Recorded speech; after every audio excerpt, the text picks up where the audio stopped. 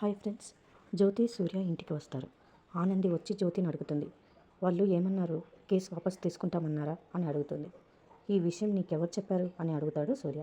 నేనే చెప్పాను సూర్య అని గౌరీప్రసాద్ గారు వస్తారు. ఏమైంది డాడీ, వాళ్ళు ఏమన్నారు అని జీవన్ అడుగుతుంది. వాళ్ళు సరిగ్గా మాట్లాడలేదు. వాళ్ళకు హాస్పిటల్ నుంచి అర్జెంట్ కాల్ వస్తే వెళ్ళారు. మళ్ళీ మాట్లాడతామని చెప్పారు అని సూర్య గౌరీప్రసాద్ గారికి అబద్ధం చెప్తాడు. వీళ్ళు నిజమే చెప్తున్నారా అని ఇందు యామిని అనుకుంటారు. జ్యోతమ్మ నిజం చెప్పటం లేదు, ఏదో దాస్తున్నారు అని ఆనంది అనుకుంటుంది. వాడు బ్రతికి బాగానే ఉన్నాడు, ఎప్పుడు ఏం జరుగుతుందో అని నేనే చస్తున్నా అని జీవన అనుకుంటుంది. జ్యోతి సూర్య జీవనతో మేడపైన మాట్లాడతారు.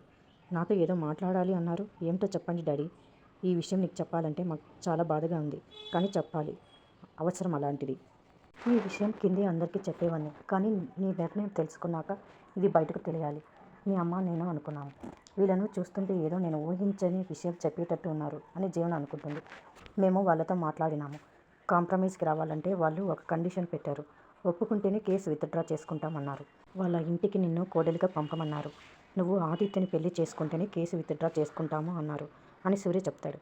మరి మీరు పెళ్లికి ఒప్పుకున్నారా అని జీవన అడుగుతుంది. నిన్ను అడగకుండా ఎలా ఒప్పుకుంటాము అని సూర్య అంటాడు. థ్యాంక్స్ డాడీ, అక్కడ సరే అనకుండా చాలా మంచి పని చేశారు. ఈ ప్రపోజల్ పెట్టిన మనిషికి బుద్ధి ఉందా? ఎవరైనా ఇలాంటి ప్రపోజల్ పెడతారా? జడ్జి గౌరీప్రసాద్ మనవరాలు అలాంటి వాడిని పెళ్లి చేసుకుంటుందా? నెవర్.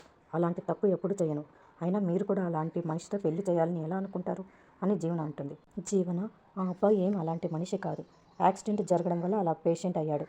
వెన్నెముక్కకి బలమైన దెబ్బ తగలడం వల్ల లేచి నడవడానికి కొద్ది రోజులు టైం పడుతుంది అని సూర్య చెప్తాడు. అంటే ఏంటి డాడీ మీరు మాట్లాడేది? ఇప్పుడు నన్ను పెళ్లి చేసుకోమని చెప్పడం లేదు కదా. మీ మనసులో అలాంటి ఆలోచనలు ఏమైనా ఉంటే తీసేయండి అని జీవన అంటుంది. చూడు జీవన, మీ అమ్మను కాపాడుకోవాలి.